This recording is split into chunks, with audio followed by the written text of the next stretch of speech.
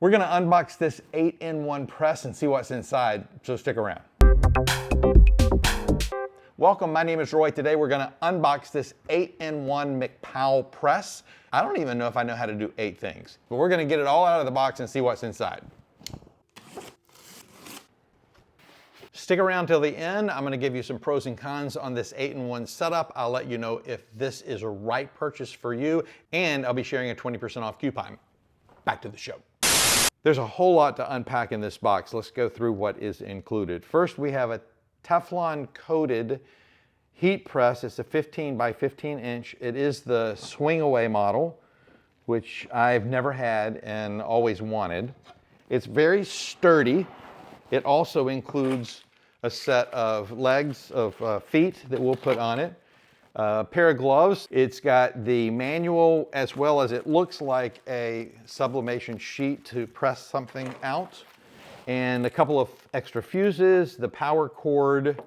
We've got a couple of rolls of tape. What else do we have? We have the mug press machine, which we'll use all of the different attachments for. There is it says it's a 30-ounce tumbler attachment, which I'm sure it would do 20 ounce as well.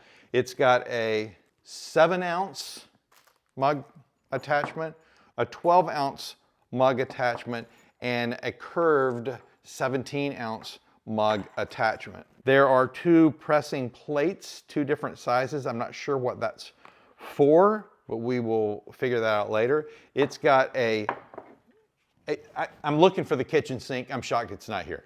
It's got a hat press. Interesting. It comes with a shirt to test out. Probably not my size, but that's okay. It's nice of them to give us a shirt to try. And then this is the important part. This is the brains that will run pretty much everything. I will tell you before we get into this, I, in the past, was not a fan of units that did multiple things, 2-in-1, 3-in-1, 4-in-1. Certainly not an 8-in-1. But in recent years, I have been proven wrong by that theory. I've come across a few products that have been 2-in-1 or 3-in-1, and they have impressed me. So we're gonna take a look at all this. We're gonna go through it and see what each piece does and how well it works, and then we can come to a conclusion. Let's get everything together, and we're gonna start with the heat press. And the reason I wanna start with the heat press is, for me, at the price of this package, if I could get the heat press and the tumbler press and maybe the hat press, I'd be good to go. We're gonna go through the other things as well, but let's start with this heat press. The heat press is set up and ready to go. It was really easy. The first thing I did was screw in these 4 little legs. Let's attach the timer from the heat platen to the brains. And we want to attach the brains to the unit, and then lastly, attach the power cord. So all that's left to do now is to turn it on, set the time and temperature, and then we can press something.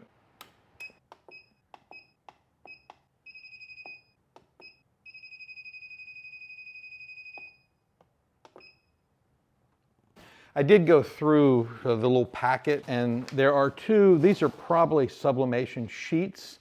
I'm not sure. And then this little design, I think to try on a shirt. And then I think this design for a tumbler. I'm gonna use my own because I know I can get a little bit more vivid color. I don't know, these might be fine, but I'm gonna try a little Halloween design that I created. We'll put on the very small shirt. Okay, this is the design that we're gonna try. I do rip the edges. I'm gonna put the shirt on. I haven't pressed a shirt in a while, but you know what? If this thing works, I might do it a little bit more because it's nice and small and compact. So I'm gonna come over here. I don't know where my lint roller is. I should be using it, but I don't know where it is. So I'm gonna close it down. My time is 50 seconds and my temperature is 380 degrees Fahrenheit. So we're gonna see if that works. I'm doing this little pre-press here.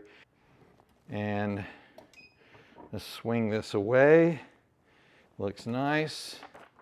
Let's set the image down. It's probably not going to be centered that's okay because this is just a test for the press itself. So let's close it up. I've got medium pressure. And let's lift it up. We're gonna pull this off to the side. I always give it just a few seconds.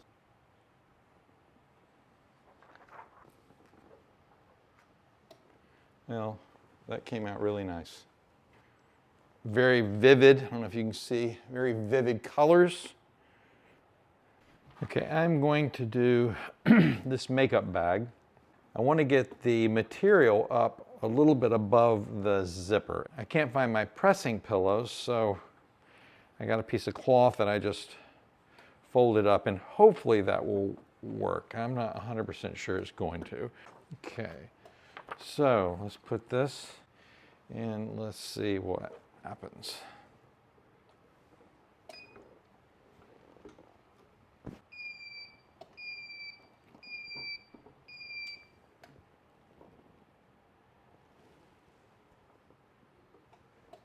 I'm going to give it just a little bit of time. The image is just text, and it's black text on this white cloth, so it very easily could ghost when I pull this up if I'm not extra careful, and I want to give it just a couple of seconds to cool off enough that it probably won't ghost. I'm still going to hold my finger there, do that.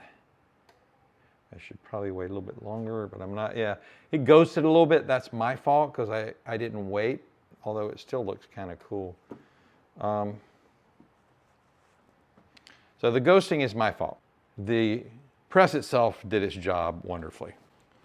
Heat press recap. Before we get any further, it performed flawlessly. I didn't, but it did. The shirt came out wonderfully, and I think I joked earlier about this small shirt. I'm very impressed that they actually included a shirt for you to try out, but the shirt came out wonderfully. The makeup bag came out wonderfully. There's a little bit of ghosting in it, and that was my fault because I peeled the sublimation paper before I had a chance to cool a little bit. It could have also been that I can't find my pressing pillows, and so I used this little piece of cloth that was folded up. My bad. Machine worked wonderfully. And then finally, the luggage tag. Yes, I sneaked in and also tried a luggage tag. Came out perfect. I'll definitely be making some more of these, probably some holiday ones. So let's get the mug/tumbler attachment out, hook that up, and try a tumbler and a couple of mugs. Here is the tumbler press, the mug press attachment. The first thing right now is the 20/30 ounce tumbler press is loaded, the attachment. So we're gonna put a 20 ounce in, and I don't know if you can see this or not, we're gonna close this, and I can make it looser or tighter by turning this little knob. It's actually quite simple, but looks to work wonderfully. So that's a little bit loose, so I'm going to tighten it just a hair. Almost tight enough. I don't like it tight at all. All right, so that's what I'm going to do. Now we need to plug it in. So we'll take the cable for the tumbler attachment and plug it in. I don't know if you can see that or not, but we'll plug it into the bottom here and tighten it. And I set my tumblers at 365 degrees, and I do 4 separate presses, 50 seconds, 50 seconds, 25, and 25. So since that works for me on all the other tumbler presses I've done, I'm going to do the same thing. So I need to change this from 380 to 365.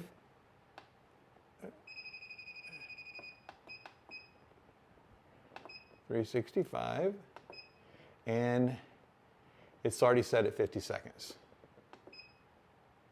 So it should be good to go.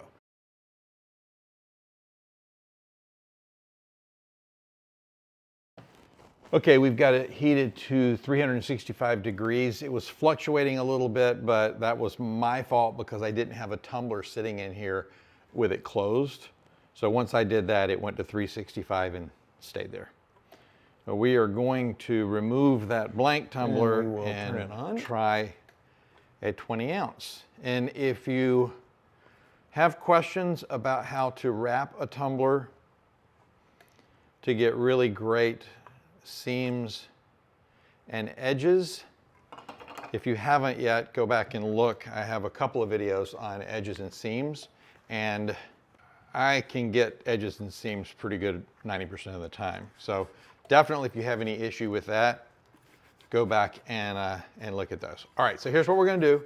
We're gonna pull, I'm gonna try to set this in a way that I can still operate it and you can see, okay? Is that cool? So we're gonna open this up. I'm gonna take my little blank out and I'm gonna put the tumbler in. I'm gonna close it and I'm gonna do that. That'll do my 50-second timer.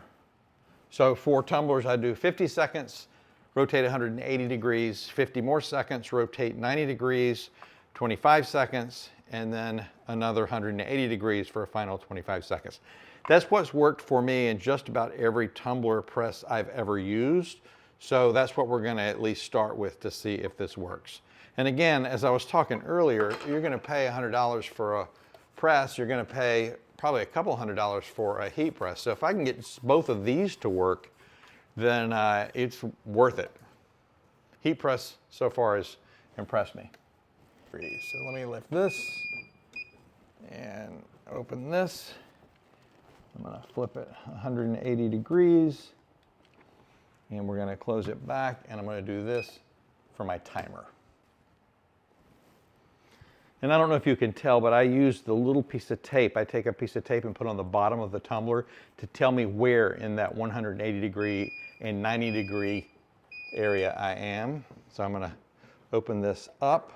I'm gonna turn that tape so it's on the bottom. We're gonna close it back up. This time I'm only gonna do 25 seconds because this is the third press. It's definitely maintaining the temperature. Better than a couple of other presses I've had before. I probably will get me a little timer so I don't have to do that. So this should be my final press for 25 seconds. We'll pull this out. That is now done. I'm gonna set it over here. A little bit of steam coming off of it. I believe that is because it's brand new, although this is a little bit brown, so this might be running hot. I'm not sure. As a matter of fact, you know what I think I'll do? I think on the next one I do, I'm gonna drop it to 355 on the timer because I think this is running a little bit hot. Okay, I dropped it to 355 on the timer because it just looks like it's running a little bit hot. And we will do this one at 355. So here's our second tumbler, and it certainly looks better. It doesn't look quite as brown. So we're gonna let both of those cool a little bit. I'm gonna turn this off so the heating element can cool down and we can switch it out for a mug press heating element to see how that works. This has not cooled down yet, so I'm gonna give it a few more minutes, but I did want to check these tumblers out. This first one, I had it 365 on the brains. I think that was too hot because this is brown and I don't normally get a brown paper on the tumbler. I do not use blowout paper, like piece of typing paper or butcher paper over it. I probably should, and I recommend everybody to do that. I just a long time ago didn't do it, and the paper that I use, the sublimation paper, doesn't bleed through, so I just didn't do it. So I'm not doing it on this one either, but I would recommend that you do it because I don't want you coming back saying, but Roy, mine messed up. I don't think it will, but better safe than sorry. Okay. And again, if you want to know how to wrap these things to get great results, check out a couple of my other videos. I'll leave a link in the description of those videos. Okay, what do we got here? Yeah, it blew out. It was too much. So it definitely got way, way, way too hot at 365. So let's try the one that was 355 and see what it looks like. You know what? If this one doesn't come out, I'm going to try another one, because really at the end of the day, all presses are going to be different. All mug presses, tumbler presses, they're going to be a little bit different, and you just have to. Yeah, this one came out great, so I'm not going to do more. This was on a matte tumbler, but the time and temperature should not change. So for this, when I normally do 365, I will begin doing 355, and it looks great. I won't go lower than that. I think 355 is perfectly fine on that. So I'm going to let this cool down a little bit more, and then we're going to take this out and put a coffee mug press in and try a coffee mug. Okay, I have turned off the brains. I've let the tumbler press cool a little bit, probably not enough, so you might hear me scream. And it's pretty easy to switch these out. You unscrew the 4 screws on this side, the 4 screws on this side, and then just carefully pull the heating element out. Okay, I just realized all you had to do was unscrew these 4 screws. The other ones just sit in there, so that's good news. Now I'm going to take this out. It could still be a little bit hot, so I'm trying to be a little extra careful I don't scream. It's hot. Okay, I'll put this over here, and then we are going to take our, they call this the 12 ounce. I'm guessing 11, but they call it the 12 ounce. The mug press screws don't screw in. They just set into separate holes, so you don't have to worry about screwing those in.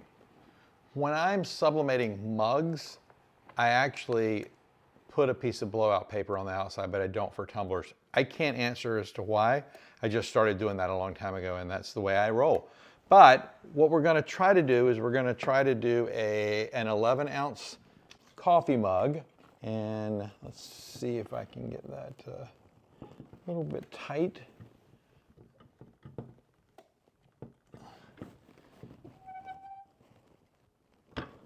Okay, it's a little bit tight, but we're going to see how it works. Oh, let me put this down. So I normally do coffee mugs at 385 degrees for 190 seconds. Because I know this, at least the other one was running hot, I've lowered it. So I'm doing 365 instead of 385, and I'm not sure what my time was. I think it was 180. So we're going to see what happens. If this is running a little bit hot, it might be the same. We have a very basic design on here. It's just black text. We'll see what happens. 4, 3, 2, 1. I'm really just using this as a timer. Let's go and open this up and see what this looks like. Now, if you can see, it's light brown where it's burnt just a little bit on the top. That happens when I use other presses, so I'm not worried about this. This might be a good temperature. We're gonna let this cool down. With ceramics, I typically give it a little bit longer, 3 or 4 minutes before I take this off, because with this type of design, solid black on a white ceramic mug, it definitely will ghost if I'm not careful. So I really want this ceramic to cool down a little bit. I do a couple of minutes when I'm doing the tumblers before I remove them. On this, I do 3 or 4 minutes. So we'll be back in a sec. So it's been 3.5 minutes or so. I probably should wait a little bit longer, but curiosity is getting the best of me to find out if this worked okay or if we need to adjust everything. Oh, I think that came out wonderfully. So I did adjust down, which means this particular set, or at least the tumbler mug press attachments, run a little bit hotter than other presses that I've used. But this came out perfectly at the temperature. What did I do? I did 365 degrees for 180 seconds instead of 385 degrees for 190 seconds. And it came out wonderfully. So what's next? Plates. Plates are next. I've never actually tried to do a plate, partly because I've never had the equipment to be able to do it. I bought this plate, well, a box of plates from Amazon that said Sublimation. So I'm sure because Amazon said it was Sublimation, it's definitely going to be Sublimation. The Mecpow press instructions said to press a plate at 390 degrees for 900 seconds. I've had relationships that didn't last 900 seconds, but we're gonna try it. So the way it works, it comes with this pad. It's actually 2 pads in one. I'm guessing that with the outer piece on, it's for a larger plate, and that without the outer piece, it's for a smaller plate. So I've created a couple of designs, or found a couple of designs. This first one, I'm gonna use a little bit of tape to hold this plate in place. I'm a little nervous because at 900 seconds, I don't know what this tape is gonna do. It's my favorite tape. It works wonders on everything I've ever pressed or sublimated. I've just never done anything close to 900 seconds. So I'm a little skeptical about the tape being able to last. If not, we'll use some spray to try to put it in, or we'll wing it and just set the next one in there. The way this works, we put the image down, of course, upside down on the plate. I'm going to center it as best I can. Use that tape.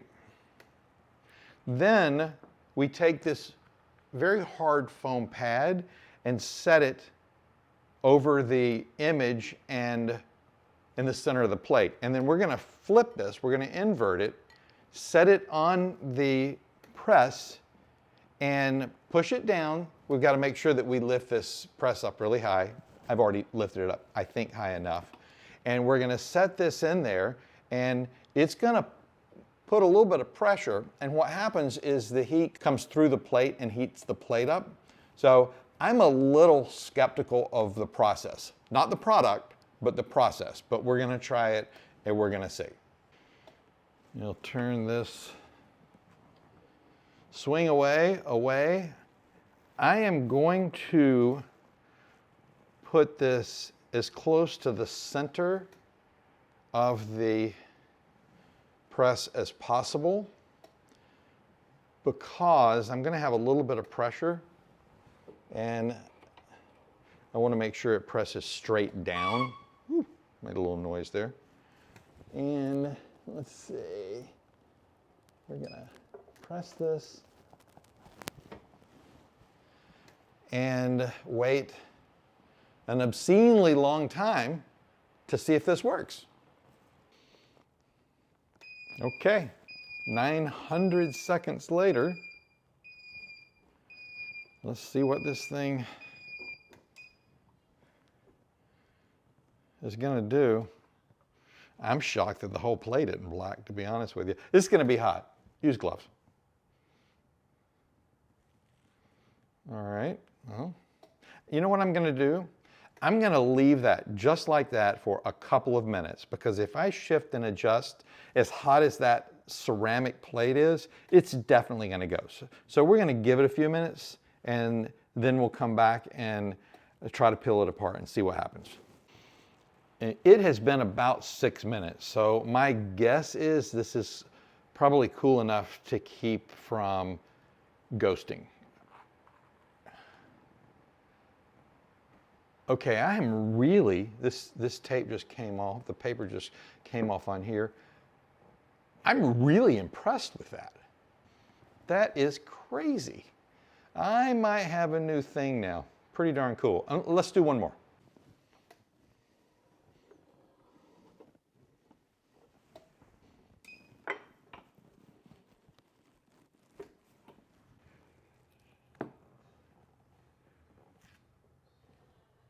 and it's got some pretty vivid colors, bright and beautiful.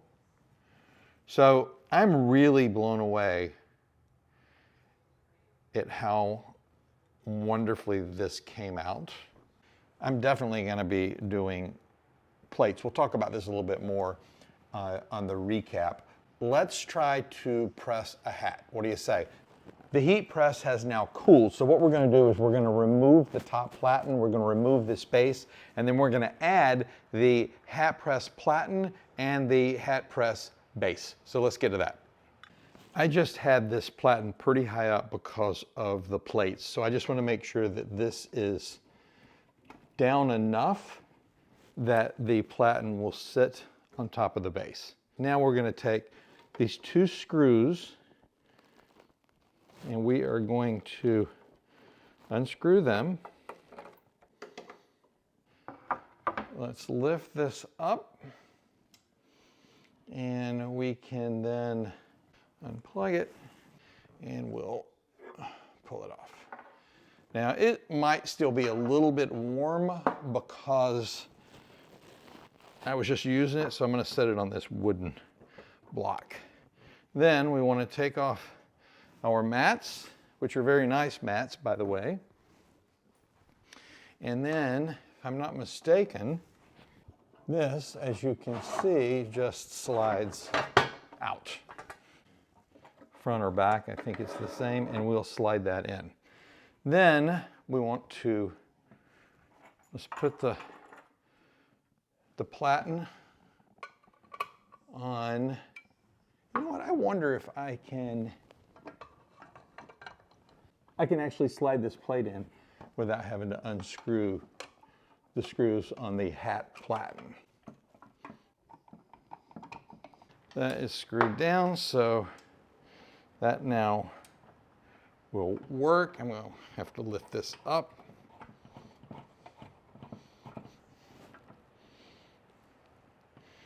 Okay, that looks pretty good. Okay. And let's plug it in. And then we will just plug this in. And we have power. We are going to try and press this hat. The Mecpow directions suggest 390 degrees for 40 seconds. That's a little hot to me, so I'm going to try 360 for 40 seconds. I normally do a little bit less on the temperature. Now, we're going to talk about this setup in a minute, but for now, I want to position this. I'm going to preheat this just a little bit. Bring this down. I typically preheat my hat for the same amount of time that I am pressing it. So we're doing the full 40 seconds here. I've got my glove on my left hand because I'm having to kind of hold this platen to maneuver it kind of out of the way, and I need to quickly try to get this patch on. Let's move this back over it, and then let's put it down. See if that works. All right, let me see if that worked. And it actually worked quite well. Let's talk a little bit about the hat press real quick. Let me show you what I needed to do to get this hat to sit correctly on the base. Now, I'm going to tell you, this is not unusual for a lot of inexpensive hat presses. So I can't ding Mecpow for this because it's pretty consistent with a lot of other ones. If you'll watch a previous video I did using a different hat press, I did a great hack where I took a Cricut form and used that as the base, which you would probably be able to do here. I'm not sure if you can get it up high enough. But I found these in the garage and was able to use them. Most hat presses are like this. They're very basic and they don't do a great job. Now, this is a vintage cap, and it came out good. There's a little bit of a line, but I'm pretty sure that will go away. I can probably use a lint roller and get that out. So the hat came out fine, It took a little bit of work to get there. Again, that's not to say that that's what it would be on most any inexpensive hat press. So if you're comparing, if you're doing the math on justifying purchasing this, any other hat press is going to be $100. So that would be a consideration. Let's do a little recap. Let's go over what I did and what I didn't do and my thoughts on each one of those. Then we'll do a little pros and cons. I'll let you know if I think you should purchase this or not. And we will have a 20% off coupon at the end. So we started with the shirt using the heat press. First three things we did were on the heat press. This came out brilliantly. I absolutely love the heat press. Came out great. The makeup bag came out great. I pulled a little too hot and it caused it to ghost, but that was my bad. And then these luggage tags came out just beautifully. I absolutely love the heat press. I've never had a swing away heat press. When you swing it away, heat is coming out from here. And so this table got really hot and I didn't realize it. So something to know if you have never had a swing away and you get this. What else? I've got some notes here. The table can get hot. Whenever you're doing something, whenever you're learning something, always have some products to ruin as you're testing them out. When you have a new machine, you want to have a few things to be able to test out to ruin. With this, you have to have a bunch of different test pieces because you have to do different things. So just know that. It's something that sometimes people forget. They're like, I ruined 3 tumblers. You should take 25 tumblers when you're learning how to sublimate tumblers and say, here's 25 tumblers I'm going to ruin as I figure out my time, temperature, pressure, and all that stuff. The second thing we did was the tumblers and 11-ounce coffee mugs. The tumbler attachment and I think they called this a 12-ounce attachment, worked wonderfully. I did not try the 7-ounce because I just don't have anything that small. I'm not sure that I would use it, but if I ever found something that small, I would. This 17-ounce tapered press, I didn't try because I don't have any tapered tumblers. I actually went to look on Amazon to see if I could pay an exorbitant amount for 2 or 3 of them to test, and I couldn't find any. The first tumbler that I did, I over baked it. I used my normal time and temperature, which is 365 degrees for 50/50/25/25 seconds. And so I think we lowered it to 350 or 355 degrees. And it worked wonderfully on that second pass. So the tumbler press, it's great. I would use it in a heartbeat. I'd use the heat press in a heartbeat. I would use this in a heartbeat. Matter of fact, I probably will. The 11-ounce came out perfectly. Worked great with the 12-ounce press or the 12-ounce attachment. I did not try a 30-ounce for 2 reasons. Well, I didn't try one because I don't have any blanks, but I don't think a 30-ounce will fit in here. I tried pulling this back as far as I could, and I couldn't get that 30-ounce to comfortable. I could get it to fit, but there was a really wide gap. So if you plan on doing a lot of 30s, that might be something to think about. I'm going to be honest, out of the thousands of tumblers that I have ever sold, almost all of them were 20-ounce. I probably have sold less than 100 of the 30-ounce tumblers. So for me, that wouldn't be a make or break. I couldn't get the 15-ounce to work. I tried it in the 12-ounce press and I tried it in the tumbler press. It was just too big. I don't do a lot of these, but I sell some of them. So that would be one thing to consider. I couldn't get the 15-ounce coffee mug to work. The surprise hit of this entire thing, the plate press, this little foam doojimahigi here. I'm just blown away at how wonderfully these came out. And Sherry Krugel, you asked me in our Facebook group about, or asked us about if anybody did any plates. I'm going to be doing these for the holidays. I don't always sell a whole lot of holiday themed items just because I don't want to get stuck with them. I usually throw a bunch in early and then as it gets closer I stop. I'm going to have some of these. This came out great, and what amazed me was the heat was coming. It was basically heating this whole plate up. There was very little ink left on the paper, and this one, same thing, not much ink left. and it's so vivid. It came out wonderfully. I was nervous. The tape that I use is the best tape ever in the world. It's yellow tape. Not all yellow tape is equal. The tape that I get from Amazon, I'll leave a link. I was afraid because of the amount of time that this thing was going to be heated up that the tape might brown a little bit. It didn't. It worked just fine, so you can use the tape. Okay, that is the plate. Again, the surprise hit. I absolutely love that. Lastly, let's talk about the hat press. So this hat came out wonderfully. I did not do a Yupeng or Richardson hat because I don't think those trucker type hats would work on this press, on this hat press, as it is today. So go back and look at a previous video I did on another hat press and the mod that I used.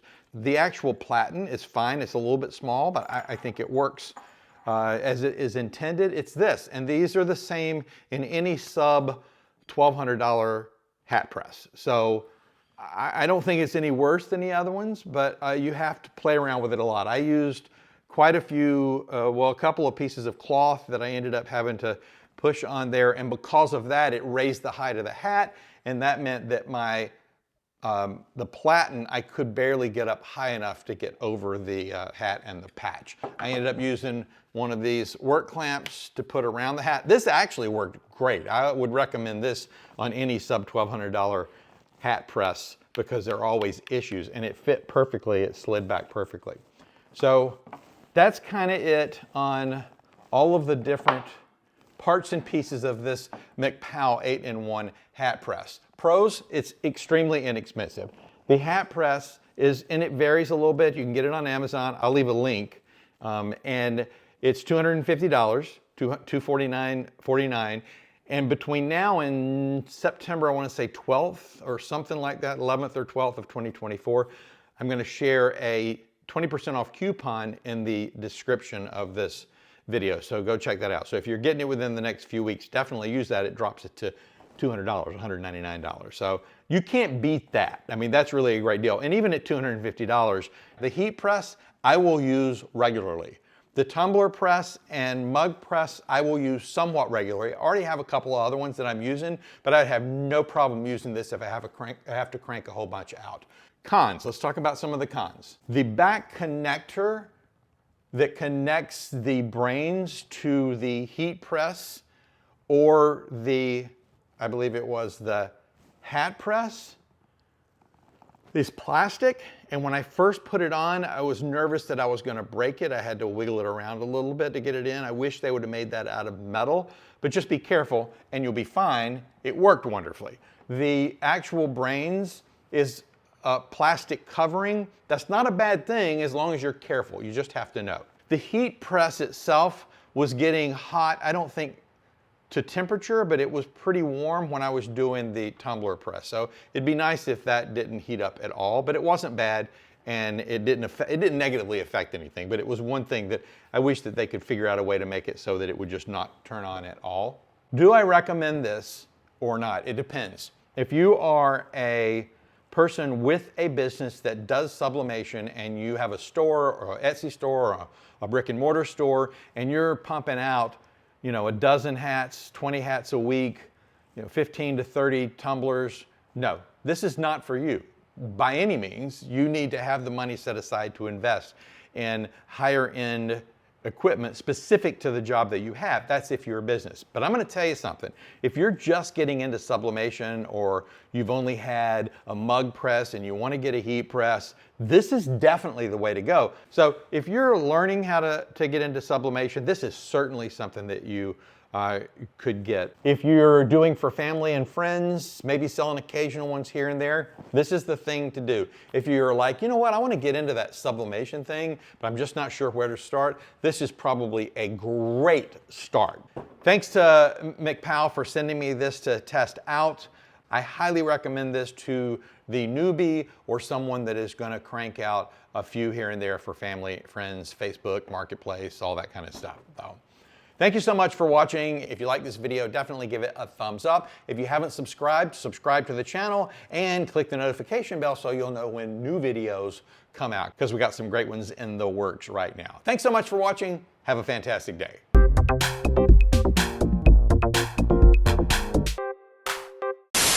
Shawing. And you to went, but all.